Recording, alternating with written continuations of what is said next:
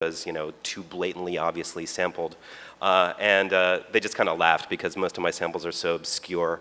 I like to do things like scratchy old children's records from thrift stores or historical speeches. I like to sample Herbert Hoover, things like that. So it's really interesting how sampling technology has changed and what can go on now. I'm not going to take up too much more of your time. I'm just going to say that I think sampling is free publicity. I mean, I always say, where would Rick James be without MC Hammer? Or, where would the Beatles be without Danger Mouse? Or where would you two be without Negative Land? Probably nowhere. Thank you.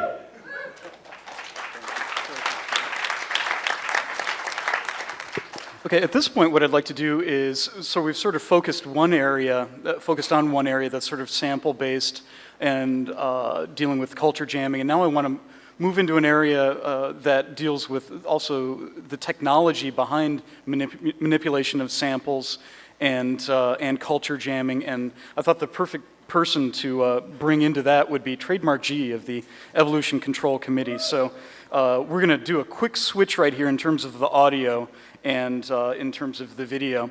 So one thing I wanted to do is encourage people to check out these websites that we've been talking about because there is a lot of cool stuff going on that on droplift.org, freespeechforsale.com, and snuggles.sensoryresearch.net, which is the general Snuggles website, which will provide you all sorts of cool stuff.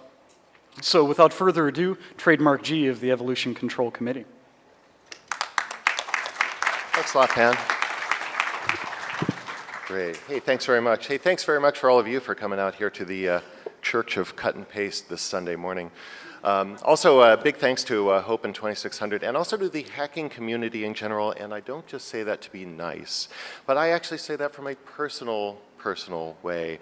Actually, I am come here to admit to you that, yes, I was a teenage computer hacker in 1982! Yes, thank you. So I was a very active hacker in 1982 at age 16 up until when War Games came out and it just became a little bit too above ground. And so I kind of shifted at that point to music and art. So really, I very consciously changed this sort of hacking energy from a computer-directed hacking energy to an art and music hacking energy. And at that point, I launched the Evolution Control Committee. So that was, let's see, I think we did our first show in 1986. And somewhere around 1992, I pitted together Public Enemy, Chuck Deeves' vocals from Public Enemy, and Herb Alpert and the Tijuana Brass, which pulled together to be the Whipped Cream mixes. And now I'm rather proud to say it's attributed to being the first mashup. Wow. How great is that? And so just to give you a little bit of the rest of the story, I've got a great nice video here that tells some other great stories of our history. It's a few years old now, but still pretty relevant. So let me just play it and we'll test out the audio video.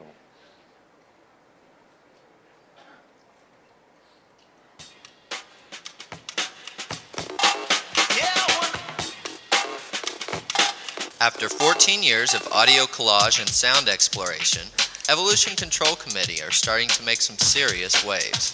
In January 2000, Evolution Control Committee received legal threats from CBS. This is the CBS Evening News. Concerning the band's release Rocked by Rape. Rocked by Rape. Rocked by Rape. A critique of violence in network TV news, created from samples of Dan Rather's news commentary and his well-known shock phrasing. With Dan Rather reporting from CBS. As the band faced a possible legal battle with the media giant, they turned to the public for support by creating Napster bombs, MP3s of the Rocked by Rape single disguised as unheard songs by popular artists. Since then, they have appeared several times in Spin and Bizarre magazine, as well as NPR's All Things Considered. There is a song circulating on the internet that CBS does not endorse, does not want sold, and does not want heard. So what are Evolution Control Committee up to now, and what do these sound pirates have in store for us next? copyright violation for the nation. Copyright Violation for the nation. Copyright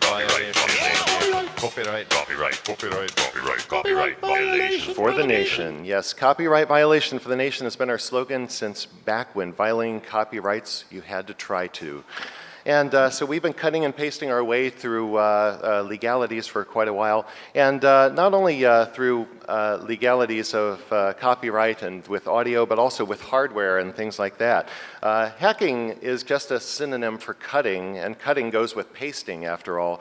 And by the way, keep a note, cutting and pasting, that originates from cutting and pasting audio tapes, all right? So we cut and paste audio, but also hardware, software, laws, ideas, and things like that. This thing is called the Thimbletron. I have a little video here, too, for that. Let's see. And this thing is basically something that I made to hit enter a couple times. Thank you. Basically, to be able to perform all this crazy sample-based cut and pasted ridiculousness, what do you really use to do that? You know, turntables, yeah, kind of, but that's not really all that. And so I made this thing called the Thimbletron. It's 10 ordinary sewing thimbles on my fingertips. They're all wired together into some custom electronics I've hacked up into this computer. And basically, when I touch the thimbles together, it'll trigger samples for me. So that way I can actually perform some of this stuff rather than just sit behind the laptop and look like I'm answering my email during a whole show. So I thought I'd give you a little demo of that here. By the way, just to note that the thimbles, the Thimbletron and everything is another example of the whole cut and paste aesthetic because the thimbles, well, you know, stolen from my mom's sewing kit. The electronics that hacked up here, let's see, I just added the lights here, and those, the electronics behind those came from a baby monitor that I tore apart. And so you get the idea there. All right, let me just show you, you saw a little bit about that rocked by rape thing. I'll just show you the whole thing here and we'll play along with that.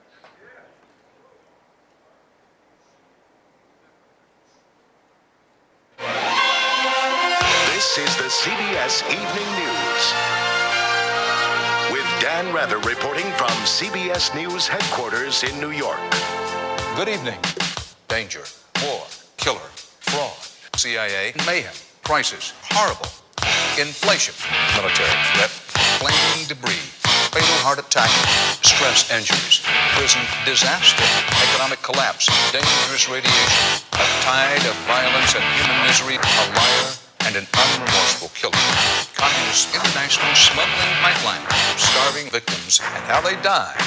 Chemical weapons, carpet bomb deaths, tough FBI kill and injure children, police conspiracy, negative attacks, discipline, sex and drinking binges, dying of a heart attack, dying of breast cancer, dying of a Japanese nuclear bomb, mountains of credit card debt, the mountain of cocaine, tons of cocaine, atomic bomb radiation experiments, unwitting test subjects, dangerous radiation, marijuana abuse, hooked on drugs.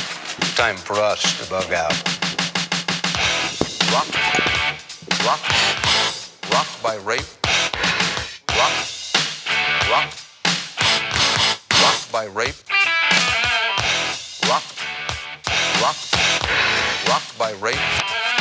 Sex, drugs, and rocked by rape. Nazi war criminals, cancer, garbage, murder, caution, terrorist, castigation, police conspiracy, dramatic urban torture, drunk driving, hostage siege, government shutdown, collapses, desperation, despair, deep into debt, criminal, persecuted, semi-automatic handgun, explosive gunman killed a tourist, funeral victims, racist, massive lawsuit, hostage, ethnic war, cancer death rate fleeing for their lives, CIA narcotics operations, hungry, homeless, frustrated terrorists, spoiled, unsanitary, hard-hitting losers. Voodoo, bizarre, critical bombing. The gangs rule. Criminal anti-government love triangle. Deeper and deeper into damage, even death. Anti-drug DEA, worldwide ban. Time for us to bug out. Rocked by rape. Rocked by rape. Rocked rocked by rape, sex, drugs, rocked by rape. Disgruntled conspirator attack, killed. U.S. warplane went down in flames, crash, gunned down, shooting death, blood drops, murderer. Desperate tragedy. Isn't he dead? Death penalty. Ransom note forbidding notorious, overwhelming communist urban punishment, low ethics, extortion and murder. A plane crash set an entire neighborhood on fire. International smuggling pipeline. Make it faster, better, cheaper. Health risk, criminal, murdering a man, tough diplomatic hell on earth. Magnetic radiation, fraudulent assassins, mysterious murder, chemical terrorism, military targets, total crash, danger, the freak accident, known survivors, wild and woolly semi-automatic truck bomb, emergency anti-fatal shooting rampage, notorious negative police brutality, fear, the hidden Nazis next door, Marxist rebels, serious murderer, accidents, problems, punitive damages, like that negative, heart-wrenching controversy. Time for us to bug out. Rocked by rape. Rocked by rape. Rocked by rape. Sex, drugs, rocked by rape. Bug out. And that's part of our world tonight. For the CBS Evening News, Dan Rather reporting. Good night, and have a great weekend.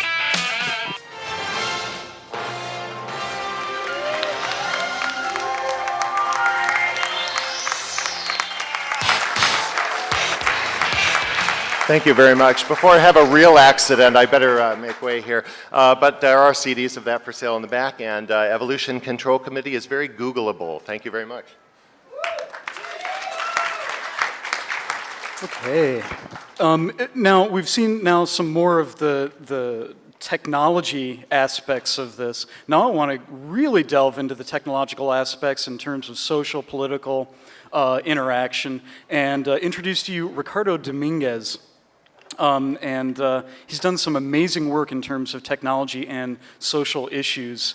And so let's bring him up, and we'll get his laptop hooked up right now. So I hope that I'm sort of showing you that sort of Venn diagram of where technological exploration and hacking and culture jamming and exploring and all those things sort of mix together to create some really interesting pieces of art and some things to make you think. So here we go. Here is Ricardo Dominguez.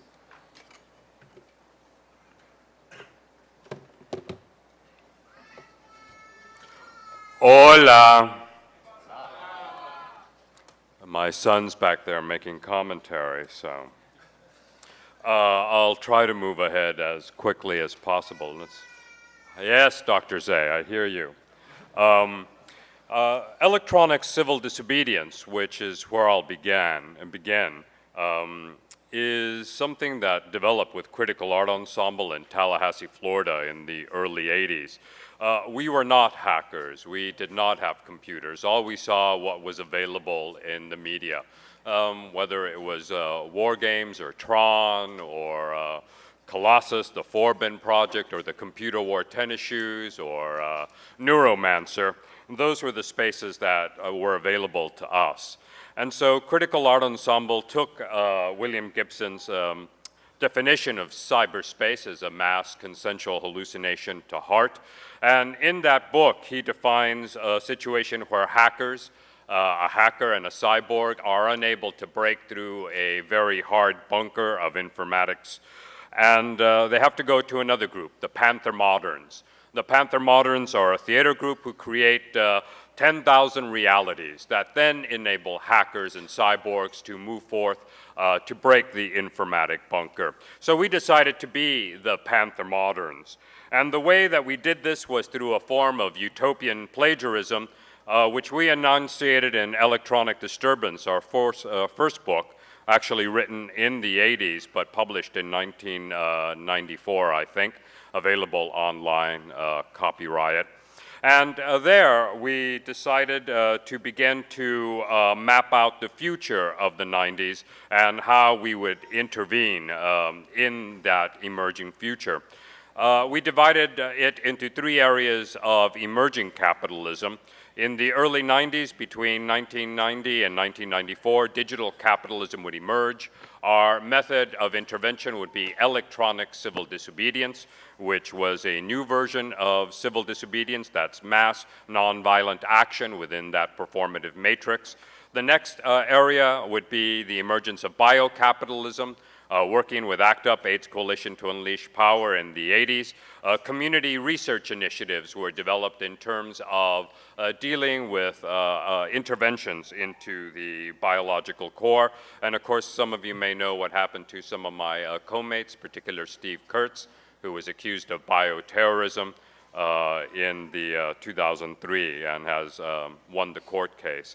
And then finally would be particle capitalism, the emergence of nanotechnology from 98 to 2001, and the area of intervention there would be nanotoxicology.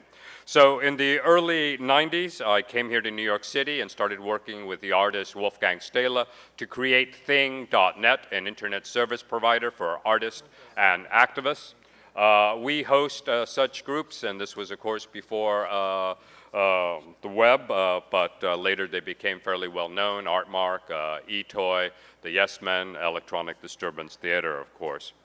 Now, one of the questions for electronic civil disobedience was that we had a theory that it would be nonviolent direct action online, but we didn't have a practice. That is, the matrix itself wasn't really played out.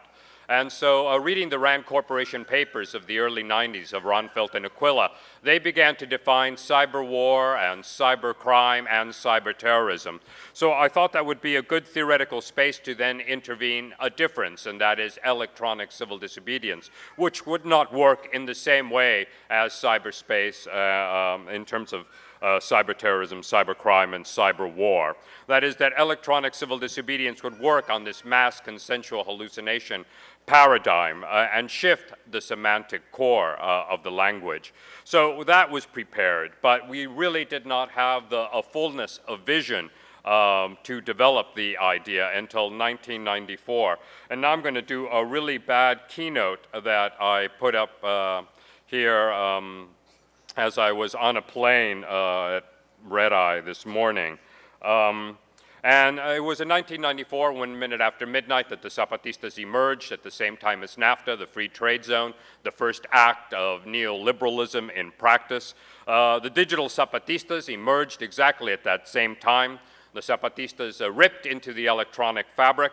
Unbeknownst to themselves and to others, an impossibility occurred, a consensual hallucination. Even to this day, whenever I speak at the Naval Intelligence or the NSA or any of those places, they consistently always ask, how did they do it? Well, we don't know. I always say it's Mayan technology. But it is not the speed of technology or the speed of power that the Zapatistas brought, but the speed of dreams. That is, that they spoke from the future. And so they enabled us to begin to think about how to put electronic civil disobedience from theory into practice. They came up here sometime around 1995, not as Zapatistas, but as everyday, what we would call wet minds instead of wet backs.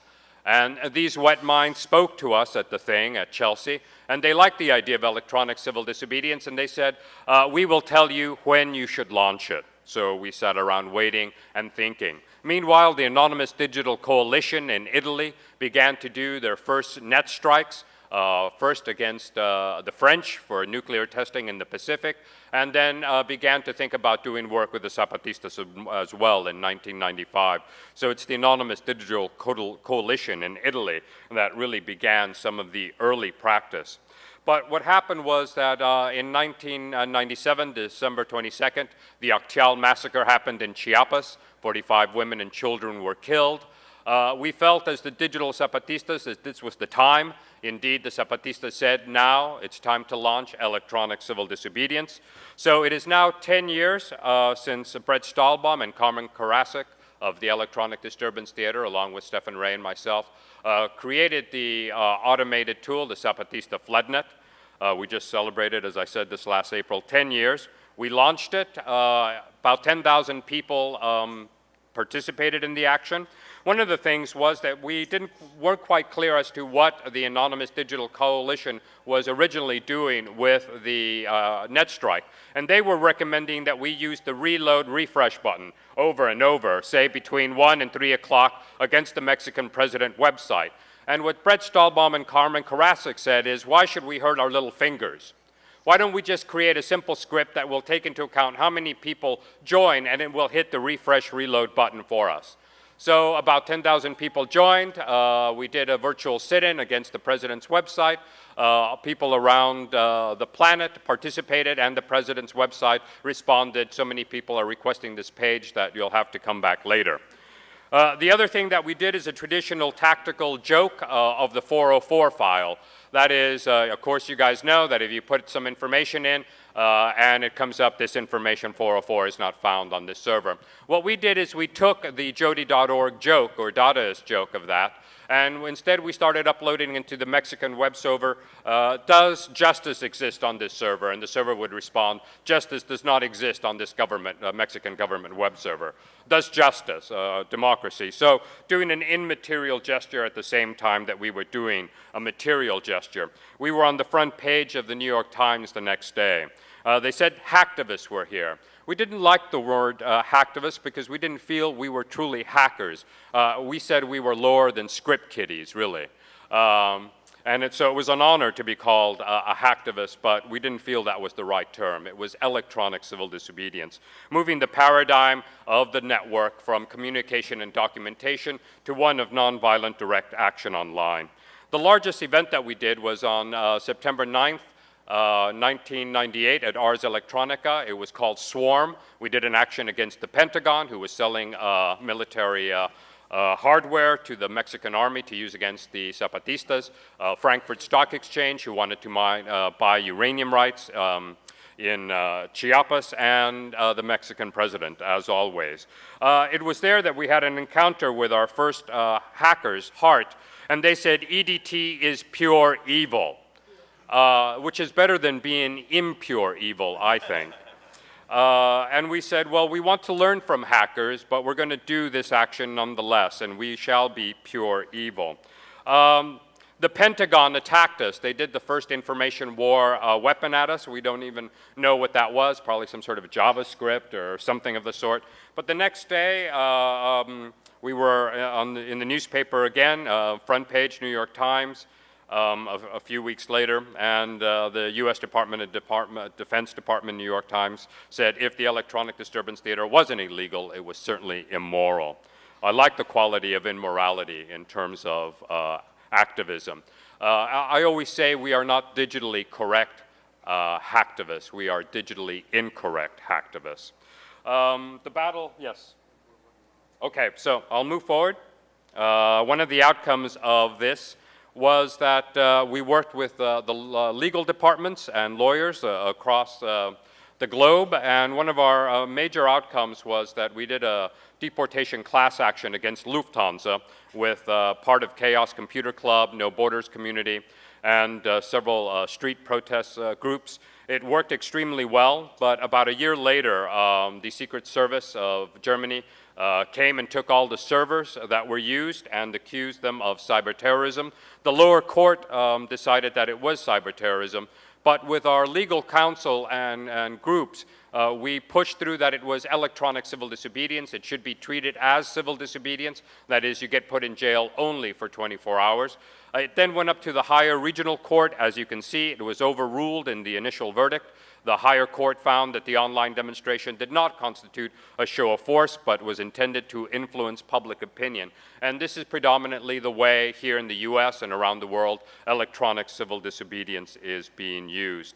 I'll finish here. My current work is at Cal IT2. It's a research lab. We're doing border disturbance technology. We're focusing in on immigrant transporter tools. That is, we hacked into the GPS of cell phones in order to update those cell phones and give them to people crossing the border so they know exactly where they are. And then we're also investigating areas of nanotoxicology. Thank you very much. Okay, I would like to encourage people. We've run out of time, and I hope I hope that we've sort of shown you the seeds of some really amazing things that can be done with technology in terms of hacking, hacktivism, culture jamming, etc. We're going to move to the back area, and feel free to come and talk to us. We've got some other people that actually didn't have a chance to talk. So we'll be back over there. If you have any questions or comments, come find us and talk to us. And we've also got some other stuff, CDs and books and whatever. So thank you very much. Thank you.